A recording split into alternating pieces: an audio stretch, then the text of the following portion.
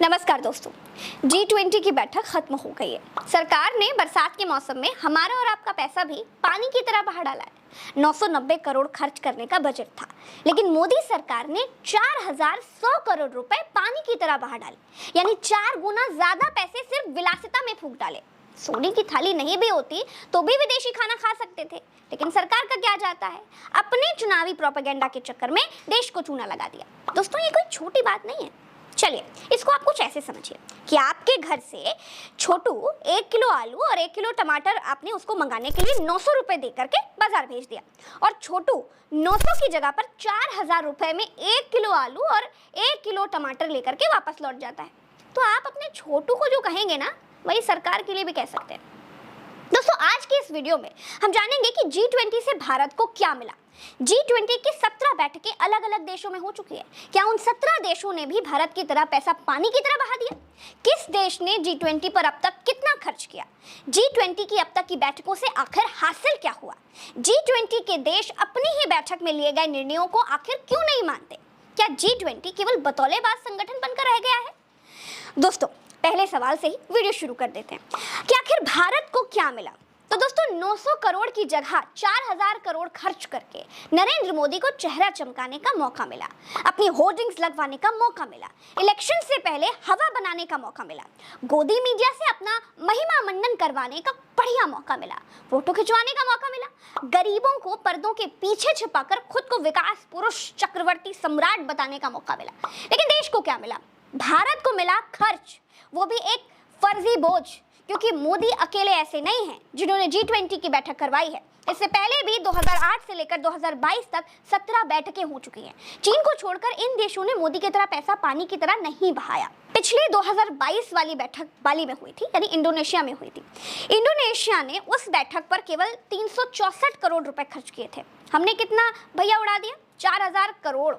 मैं एक एक करके आपको सब कुछ बताऊंगी, तो फिर आप ना खुद ही अंदाजा लगा लेंगे कि G20 के नाम पर हमारे और आपके टैक्स के पैसों को कैसे विलासिता में आखिर बहाया जा रहा है। जब जापान में G20 की बैठक हुई थी, तो जापान ने G20 पर 2660 करोड़ रुपए खर्च किए थे। 2018 में अर्जेंटीना में जब G20 की बैठक हुई, तो वो भी 931 करोड़ ही खर्च कर पाया था। जब 2017 में जर्मनी में G20 की बैठक हुई थी, तो जर्मनी भी 642 करोड़ रुपए ही अपनी आओ भगत में, खाने पीने में, साज सजावट में, तामझाम पर अपना खर्च कर पा रहा था। और सुनिए, ऑस्ट्रेलिया ने G20 की बैठक में 2653 करोड़ रुपए खर्च किए थे, और भारत ने कितने करोड़ खर्च किए? 4100 करोड़ रुपए। रूस ने कितना खर्च किया था आप जानते हैं? 170 करोड़ रुपए। फ्रांस ने खर्च किए 712 करोड़ रुपए।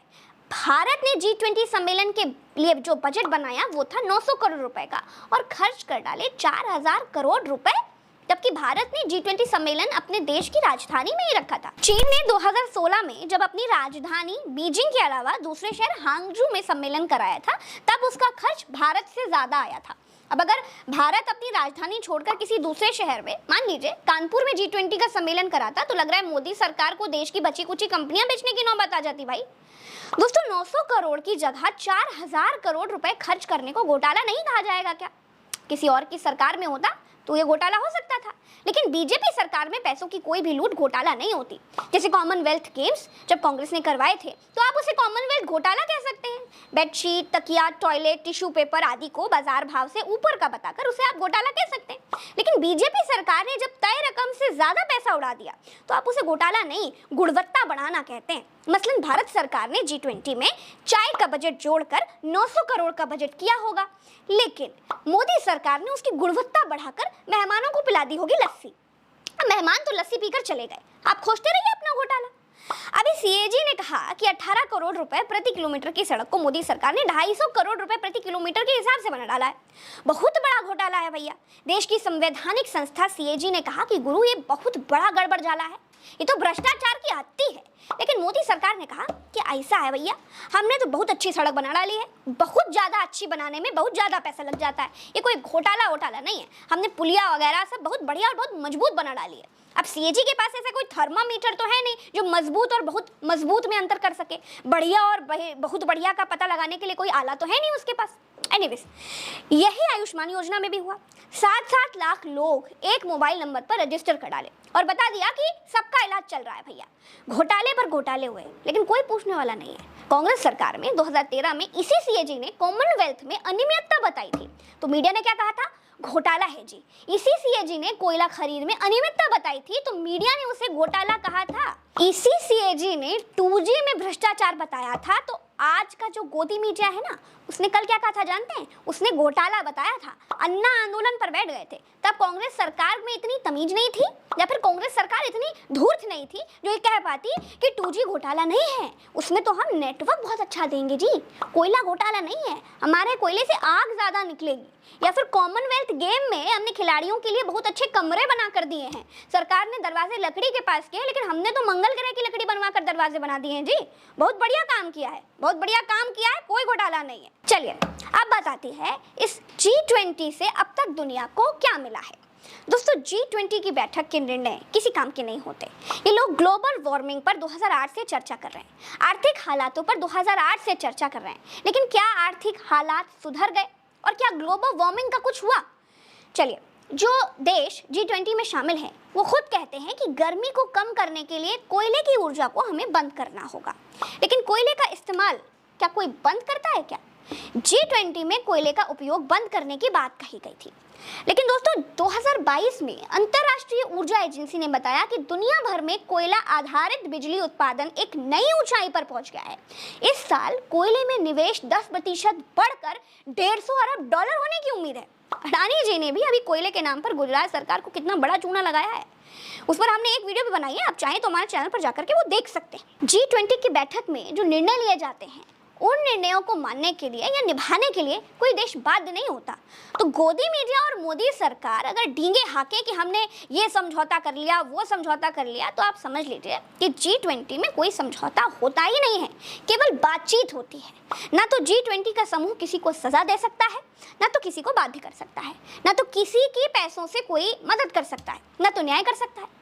अभी 2021 में G20 ने एक बड़े टैक्स सुधार का समर्थन किया, जिसमें हर देश के लिए कम से कम 15% का वैश्विक न्यूनतम कर शामिल था। इसने नए नियमों का भी समर्थन किया, जिसके तहत अमेज़न जैसे बड़े बड़े व्यापारियों को उन देशों में कर का भुगतान करना होगा जहां उनके उत्पाद बेचे जाते हैं, भले ही वहां उनके कार्यालय ना हो।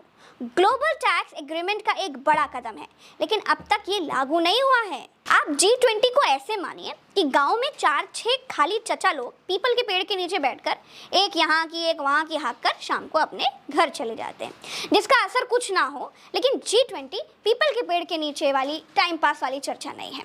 यहाँ इस चर्चा के लिए 990 करोड़ उड़ाने के लिए सरकार ने तय किए थे, लेकिन सरकार ने 4100 करोड़ उड़ा डाले। हमारे टैक्स का पैसा सोने की थाली, महंगे होटलों, मेहमानों को घुमाने के लिए किराए पर मंगाई गई 20 लैम्बोर्गिनी उनके किराए के ड्राइवरों, उनकी ट्रेनिंग में उड़ा दिए गए।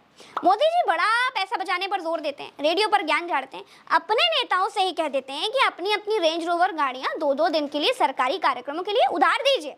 मेहमान लैम्बोर्गिनी की जगह पर अगर रेंज रोवर से घूम लेते तो छोटे थोड़ी हो जाते। सिक्योरिटी इश्यूज तो पहले ही मोदी की लाल आंखों से सॉल्व हो चुके हैं। G20 हर बार अलग अलग देशों में होता है। सरल भाषा में समझिए कि अगर आज आपने अपने 20 दोस्तों को पार्टी दी है, तो हर साल उन 20 दोस्तों में कोई ना कोई दोस्त आपको पार्टी देता रहेगा।